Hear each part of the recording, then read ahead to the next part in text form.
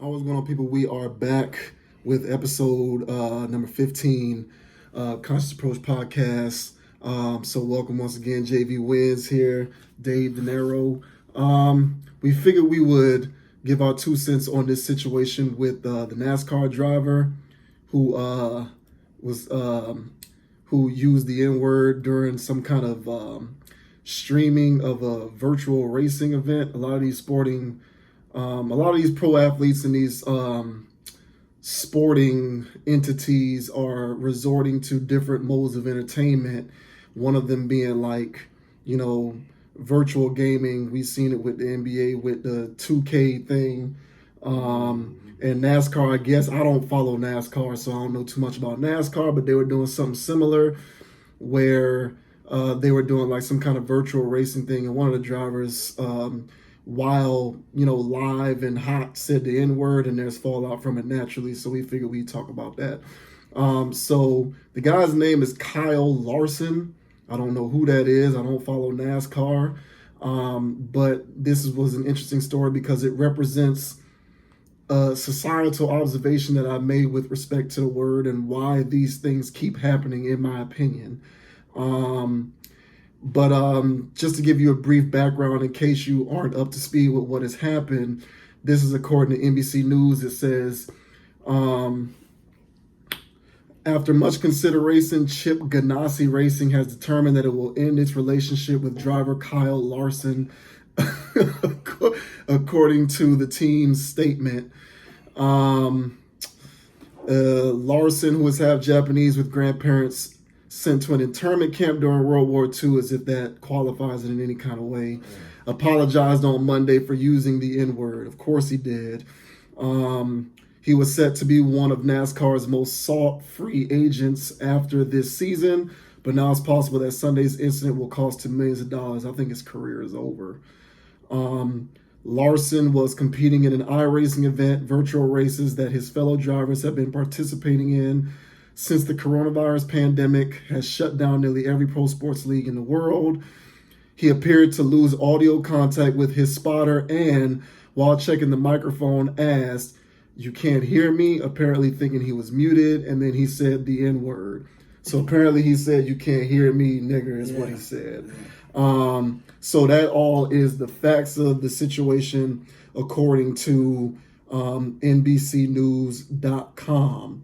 So what is your initial reaction to, and apparently he is now going to undergo sensitivity training for this, which is complete and utter. You gotta go to training for that. It's such complete and utter BS. But that's like the fallout is just they make you go on this contrition tour. It's not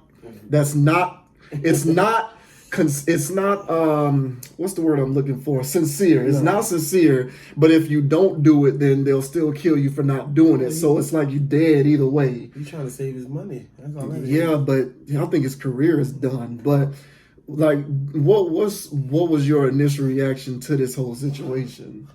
I just thought it was stupid. I was listening to the Breakfast Club. I've heard it when it came out. Like I listened to he got donkey the other day on the Breakfast Club, but then they played the actual audio, and it's just sad that some people, I just think he was just comfortable. He was home playing his game, you know what I'm saying, and he was just comfortable, and it just came out. He used to talking like that. Yes, I think that's the key. Is you can tell that he regularly speaks that way. Yeah, just come out like that. It was quick, and on top of that, NASCAR. Let's be honest, you know what I'm saying. It ain't really tailored towards minorities. Not at all. You know what I mean? So it might be one of those sports that's actually considered a good old sport. Which I have no problem with NASCAR. I don't watch it. You know what I mean? But it's not like it's heavy dosage of consideration, I guess, when it comes to minorities and black people. So it might be an underlying fact that that's just something that is normal amongst the NASCAR industry, which might be a little more concerning, but I wouldn't be surprised if it is. But I think that's just more of a undertone of how they're comfortably used to speaking with each other. And so it's just sad, but I was happy to see that action was taken pretty quickly with like his sponsors and stuff like that, and he lost. I think he lost majority of his sponsors, and his team just dropped him. So, very well deserved. Yeah.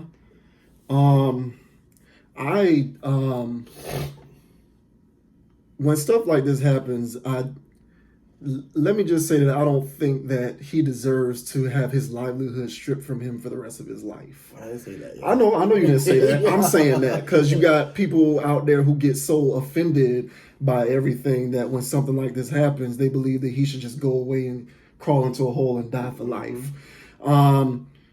But at the same time, I also think that the mandatory contrition that they make these guys go through, where they got to apologize and go into sensitivity training, is completely ridiculous. Like, you're not going to like his apology either way because you don't like what he said. But if he doesn't apologize, then you're going to have a problem with the fact that he didn't apologize. So really, you just want to be angry. A lot of times I find that people in general just want to be angry.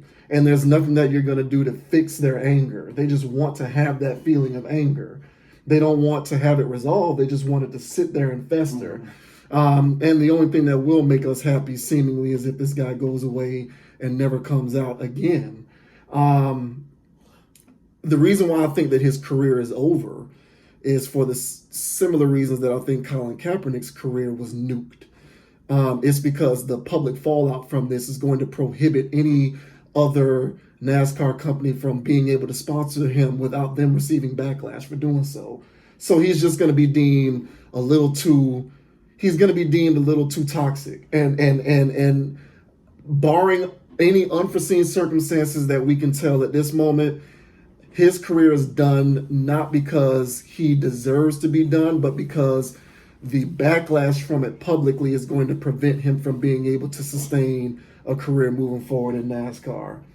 And I don't know that I am okay with that, but that's the climate that we live in today, when we live in this world where it's so easy for public fervor to gather against certain people and things in certain situations, and next thing you know, they no longer have a career again. But I wanted to touch on why I think stuff like this is happening. So you got one or two ways to really look at it. One, we can just determine that the guy is racist and that he talks like this because he feels that way, and that's the simple explanation, is that he's racist, and that's it, cut and dry. And that may be true. I'm not going to discount it. I'm not going to purport that he is racist, but I'm also not going to purport that he's not. I'm just going to say I don't know. Gotcha. I don't know him.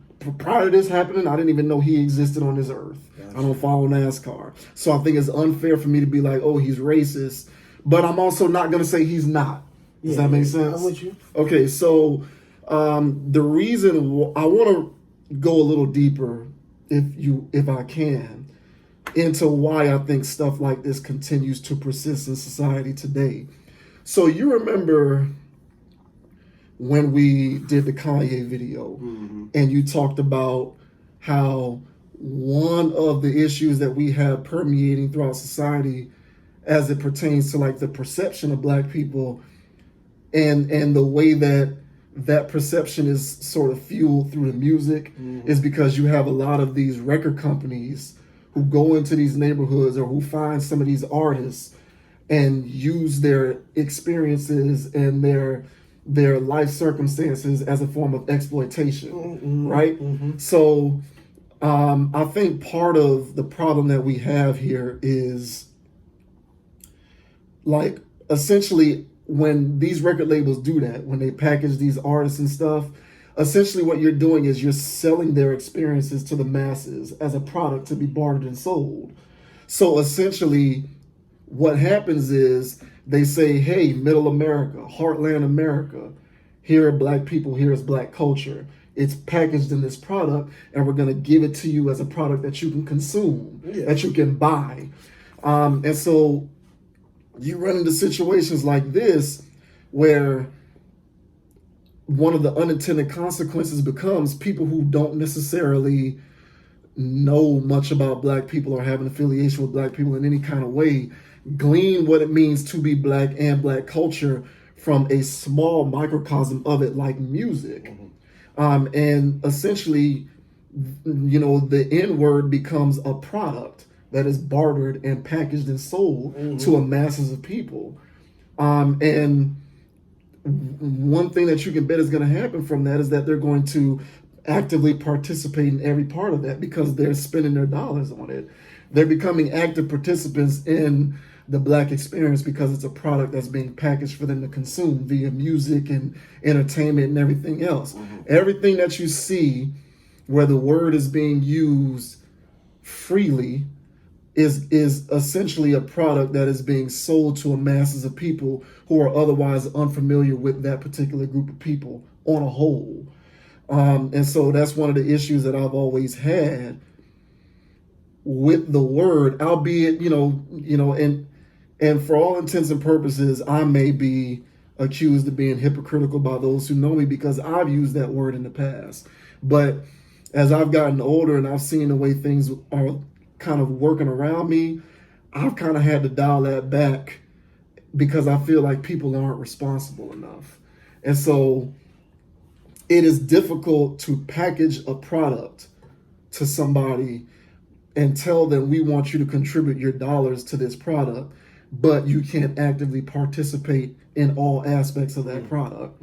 It's difficult to do that. That would be like me and you love basketball and we pay attention to the NBA. That would be like the NBA telling me or you telling us that you can buy jerseys, you can buy 2K, you can buy tickets to games, but you're not allowed to actually have a basketball and play the sport. Yeah. It's unreasonable to do that. You can't tell people that they can spend their dollars on something, but that they can't be active participants in that product. And unfortunately, that is what many aspects of black culture has been sort of narrowed down to. It's these pocket products that are bartered and sold to the masses because those are the lanes that we occupy, is music and entertainment and sports.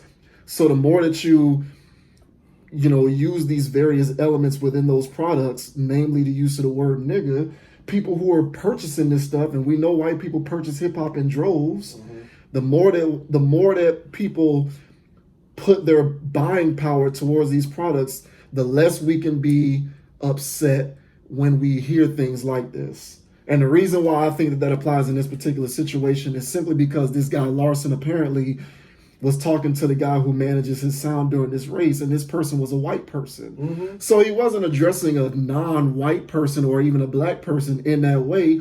He was using the word, even with the hard ER. Yeah, it was hard ER. It was hard ER, I understand that, but I don't really think it matters because colloquially he was using it with another white person that he's familiar with. That's my opinion. I'm not saying this, I'm just giving you my opinion. So in that way, just sort of the flippant use of the word, I think, is an unintended consequence of the fact that we have been complicit in allowing many aspects of, black culture to be bartered and sold and packaged as a product, namely with this music and this entertainment. And you're not going to see any of these instances go away permanently until we take the reins, in my opinion, and sort of curtail the way that we flippantly use the word, because I've gotten to the point, I just feel like people aren't responsible. And I mean, that's just my personal opinion. Every now and again, depending on the context, I'll still use it here or there. But trust and believe, so long as it continues to persist in many of the outlets that we provide to the rest of society, so long as that continues to happen, you're going to continue to see stuff like this. Yes. Well, I'm with you. I just think that, unfortunately, being that NASCAR doesn't really have much ties to the African American community. None, really, yeah. I really think that, everything they're doing is a plan. I think he might be out for a while, but I can see him being back because I don't hear NASCAR fans and give him slouch for this. The only thing I heard from the crew people and the NASCAR fans ain't get him out of there. Would you hear about that though? No, do you pay attention to NASCAR fans? subscribe to any NASCAR fan. I don't need to pay attention. It's a nation sport like everything else. Right. If it would have been another sport and it would have been LeBron James, I'm gonna tell you right now, you have to watch basketball. You would have heard about it. Yeah. And I'm just saying that's just unfortunately, I think that's just the unequals of America at times. You know what I mean? But like, so I think that's what's gonna happen. I think a year from now he'll be back in just because minorities don't care enough. Like nobody's gonna. If you don't watch it, you're not gonna make sure that guy doesn't drive. You don't give a damn because we don't watch NASCAR. Yeah, so he doesn't care. So like, it was just like, I mean, it's just ultimately, I think it's just stupid and it's sad that like you know what I mean. He did it. It's dumb, and I feel like it's handled properly. But I just think that unfortunately, being that it's NASCAR, it's not. It's gonna be water under the bridge. And they'll take, like you say, he going to sensitivity class and say, a year from now. That's so stupid. From a year from now, I learned my lesson. Let's get back to driving. That's how it's going. That's how I see. But I think like how you approaching it, and I get like me too, us.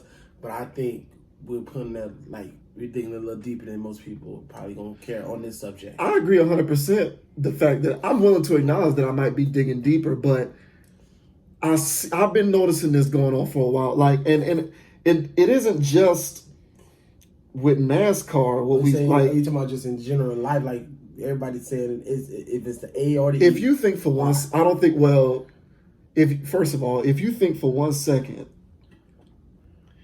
that white people don't use the word nigga around each other, you're an idiot. Okay, but the thing is, if we know this.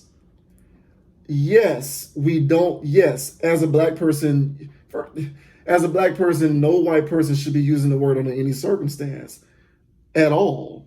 However, I know as an intelligent, logically thinking person that white people amongst themselves use the word. Mm-hmm. They use the word. So me having that understanding, I feel as though it's not enough for me to simply say, hey man, don't use it around us. Yeah. Use it amongst yourselves only, because I think the deeper root of it is the fact that they use it at all and they think it's okay, yeah. But it's not necessarily their fault. I think that they've been conditioned to understand, unfortunately, in today's age, that the word can flippantly be used as a colloquial term for another person that I know, another individual, and that's a serious problem. It is, but it's a serious problem in my opinion. And like, let's not kid ourselves. Most of the streaming sales for hip hop music comes from white people's dollars. Yes, the ticket sales for tours for hip hop shows, those are mostly white people's dollars. Yes, on a whole, the numbers bear that when it comes to dollars and cents, the majority of that income, the majority of that revenue is coming from the purchasing power of white people. We're not spending the money on this, even though we represent the platforms in and of itself. We're not putting our money behind this. No. Non-black people are. And so I just think at a certain point we're going to have to choose to either take responsibility for the role that we play and why some of these things persist, or we're going to have to just relent at some point and not be so outraged when we see some of these things take place. Now, I agree with you when it comes to this particular incident with Kyle Larson and NASCAR, probably going to be water under the bridge. But we've seen instances in other industries where there was no water under the bridge. You're done for your career. The receiver for the Eagles who got caught on camera saying it. I was trying to think of his name. Done. He never played another game. They gave him a contract extension after that. He was done. His career was essentially over. Yeah, but he got another contract. He played one more year. He been out, but he got another. They gave him a contract. But I understand. But did he? He didn't play that year. But he barely played. He was supposedly beat out by a better receiver who I can't think of who it is off the top of my head. But that was it. After that, his career was done. And if you think that didn't play a part in it, you'd be a fool to think so. He was with Chip Kelly at the time. Right, but what I'm saying is when that happened, everybody got outraged. Oh my God, this guy's racist. Look at this white guy using the N-word. America filled with double standards. That's America. It's just like, I heard people tell me watch the documentary Exotic King, whatever. Tiger King. Right? Yeah. Okay, people love him, but people want to give Michael Vick slack. Why do people love him? I thought people hated him. I mean, I just see I don't see no natural fallout like how people were out with Michael Vick. With like, bro, they would not let Michael Vick live it down. And and then so I'm just saying, I think it's the same way. It's just the same thing. He was cruel, but people say it's interesting, but I don't hear nobody like it's not no real outrage. But I guess he wasn't really a problem. He wasn't fighting the animals. I think that might be the primary difference. He's shooting the animal get old, you shoot it and kill it. Yeah, that's true. And he was keeping them in captivity. And then you transport. Come on, man, you was doing like I ain't seen it yet before. But I was told it was some shady. Yeah, you know what I'm saying. So but there's no real fallout. People saying go watch it. Michael Vick, he's despicable. Nobody, you know what I'm saying. So it's just double standards, and I think I don't know, man. Certain things I think some things like Tupac said, man. That's just the way it is. Some things just gonna stay the same, and I think things like this, racism, the N word, whether it's ER, whether it's the A, it's always going to be an unbalance when it comes to that, because you got some people like us being raised in Miami, depending raised in Miami. Spanish people, the culture's mixed down there. So some people grow up around blacks and they're comfortable saying that. And then, so it's like, I grew up in Carroll City, so I say this word. Right. You know what I mean? But then you might have a kid who's from Wyoming or something, and then he said a word and it's like, you know what I mean? So it's just, I think it's just a fine line. But I just always say this, and I love everybody, but they always say, everybody want to be black till it's time to be black. Yeah, so, that is 100% facts. I do find it sad sometimes because black people sometimes, minorities get a lot more seriousness of the short end of the stick, and I don't think you have to necessarily be racist to say the word. I don't think if you say the word you're racist, but I think what makes me mad, there's a lot of people, like you said, just inconsiderate, because you can't really relate, unless you're black. I can't really relate being white unless I'm white. Absolutely. So I think that's just a whole world thing. There's just a lack of sense of compassion and consideration. Yeah. And so when people just utter it out, there's just no awareness. Yeah. I agree 100%, but I think, and I don't like being the guy who's always, I believe in placing accountability where necessary and appropriate. That's just one of my principles in life. And so I think that everything that you said is 100% correct. But I think the reason why some of these double standards exist is because we've spent, at this point, 2, 3, 4 generations giving. I think that we have been complicit in at least a small degree to affording other people the license to do stuff like this, because we've been saying, hey man, buy our albums, purchase the tickets to the show, stream the music. I'm not saying it's an excuse. No. I'm just trying to explain sort of the latent subconscious mentality behind it.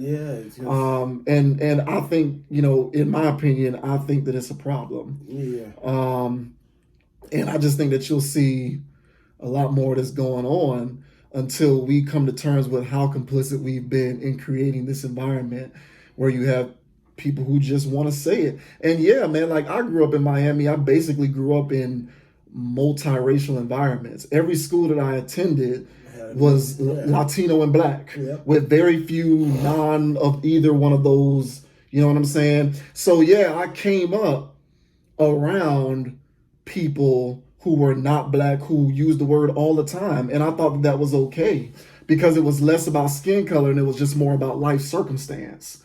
And so even though some people were black and some people were Latino, a lot of people who I went to school with in these public schools and we grew up in the same neighborhoods, we basically had the same circumstance in life.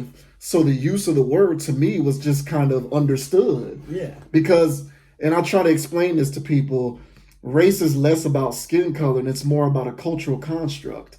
Like you're going to identify with a certain way of life based on your socioeconomic upbringing. So if you are someone who has a similar socioeconomic upbringing as someone who might be black or Latino or otherwise, you might sort of adhere to some of the same social customs that they do.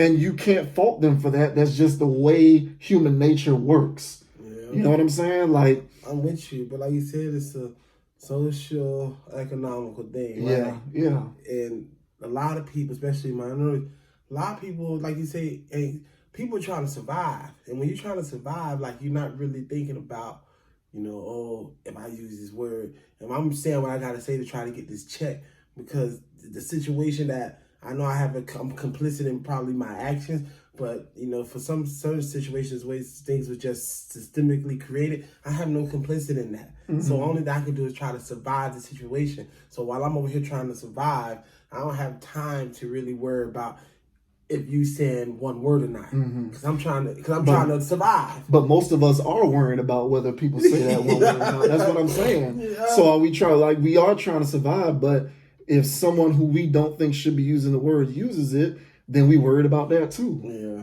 I don't think people, I don't know, man. I don't think these people step up and say nothing. I don't think they'll say anything about this because it's NASCAR and we are underrepresented there. But let it be somebody let it be a non-black NBA player who says it. It won't happen. Let it be why not? Sure it would. It won't happen. I think being like in the NBA was majority black players. I think there's just I think they had a conversation like the average player's gonna know if you're white in NBA, you're mostly around more African American. So I think there's a sense like you don't want to put it past anybody. I'm not putting it past, but I think what I'm saying is I think that would be more likely to happen in NASCAR than it would be in the NBA, because you can be one white guy amongst 30 black men. I think it is entirely possible that non-black NBA players are saying nigga with other black NBA players. But now we're talking about he said the ER.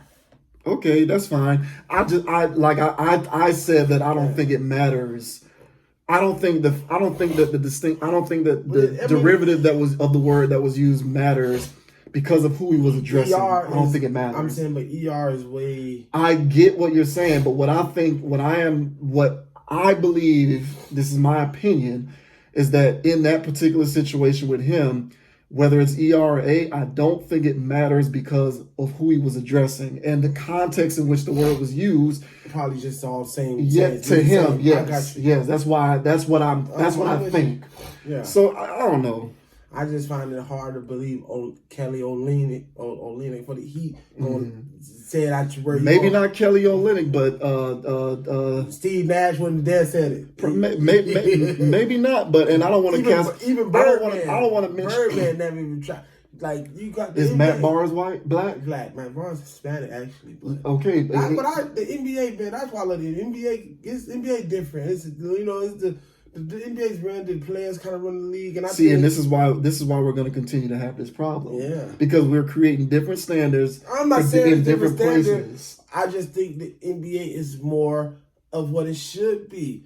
Yeah, I know I'm the player, but like give the players control. It shouldn't be like the NFL or like NFL where it's more so like the players don't have no say. So it's just more like I run like the players make the league, so the players should have some voice to how this league works because they are the league. So they need to have voice and opinions and, like how you can be outspoken. More NBA players are way more outspoken than NFL players. But what does that have to do with what we talking about? But I'm saying, I was just speaking, that's what I'm saying. The NBA is more, I think something like that, what we're talking about in the situation is more unlikely to happen because there's such an understanding and I think of, of awareness and, some certain issues. Like this guy was completely insensitive to what he was saying. Mm-hmm. And I think the NBA being that, things that's happening, like how they stood up for Trayvon Martin, I think that players, especially if you're not black in NBA, you have from being around other African Americans, you kind of have a feel of how you should what you should not say, or, I shouldn't probably say this because I can witness firsthand and I'm dealing with minorities on the first hand where I'm actually kind of hearing these guys' stories as opposed to if you're in NASCAR, you might not deal with, certain minorities, you might not deal with it, so you don't have no regard for that person. And like he didn't have no regards for minorities when he said that word. Yeah, I just think that I think that we've created double standards and we're okay with it in certain situations and not okay with it because I know for a fact that there are plenty non-black NBA players who use the word all the time and no one bats an eye. I'm not I can name a bunch of them right now. No, I'm not saying that, but I'm saying. So why is there less of a need for sensitivity with? Why is there less of a need for the sensitivity that you just broached? Well, I don't know. I can't speak. I can't say. I don't know. I haven't heard a white player say name, so I can't. I didn't say white. I said non-black. Non-black. To me, if you're not black, you shouldn't say it. I don't care. Okay. I don't care who. But the thing about it is, again, if we're talking about similar socioeconomic upbringings, you're going to run into the situation. However, I do think that we have been the ones who have been on the front lines of making it a word that is just a part of everyday vernacular. Yeah. So I think we hold primary responsibility for the fact that these things are taking place. That is my opinion. But bottom line, I don't think if you're black, I don't think any non-black person should be saying it, period. Yeah. I don't care white. I don't care about the distinction between white and not white. I don't care. But I think that you brought up double standards. I think America is rife with double standards, and this is one of them. NFL, NBA, I think it's different. You can go on YouTube right now. I'm not going to put names on this video, but maybe when we hit stop, I know NBA players, and it's okay. They use the word no one bats an eye. They're not black. They use the word just because, I guess, intrinsically we feel as though it's okay because socially, culturally, they identify similarly with what is black culture, and therefore it's okay, as opposed to a guy like this Kyle Larson kid who does not identify that way. He's an Asian. Right. He's half Japanese. Yeah. So, and I believe half white. So he says it, and the standard becomes different, and all of a sudden it's a referendum on sensitivity. When a non-black NBA player says it, it's not a referendum on sensitivity. It might not have been sensitivity. He wouldn't have said it on live stream. Correct. No, we're only talking about this because he got caught. Yeah. Because he said it. But I don't know. I think people just we just need to start studying like the Jamaicans and stuff like that, and everybody just need to start using brethren and brothers, and that's how we can eliminate. We need to call everybody brothers, and that's what we should do. Because I'm not gonna lie. Sometimes I still a victim of it. I go to certain people. Yo, what up? That's just how it is. Mm-hmm. And you know what I'm saying? I don't think twice about it, but I understand, man. And like I said before, I use it as well. But I think it's a part of my natural progression as a person. And I think everyone experiences growth in different ways. For me, seeing the way some of these things happen and just being in situations where I have had, white people, non-black people using the word flippantly, and their expectation was that I'd be okay with it. Mm-hmm. And I've always found that interesting. It intrigued me. Why do they have an expectation that I'd be okay with them using it in that way? Mm-hmm.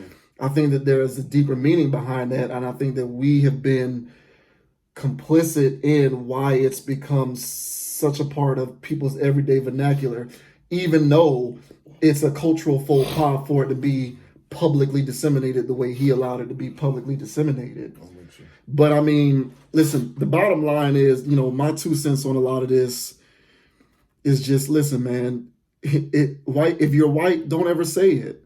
Just don't ever say it, man. Like, don't use the word at all. Try to reprogram your brain to not say it. It's not okay. Yeah. And it's okay for it to not be okay. Don't ever use the word. Just don't say it. Like, just embed it in your brain. White people are not allowed to say nigga. If you like rap and you're singing along to the song in your car, maybe a good exercise is that you just edit yourself when you're rapping along with the lyrics. I don't know, man.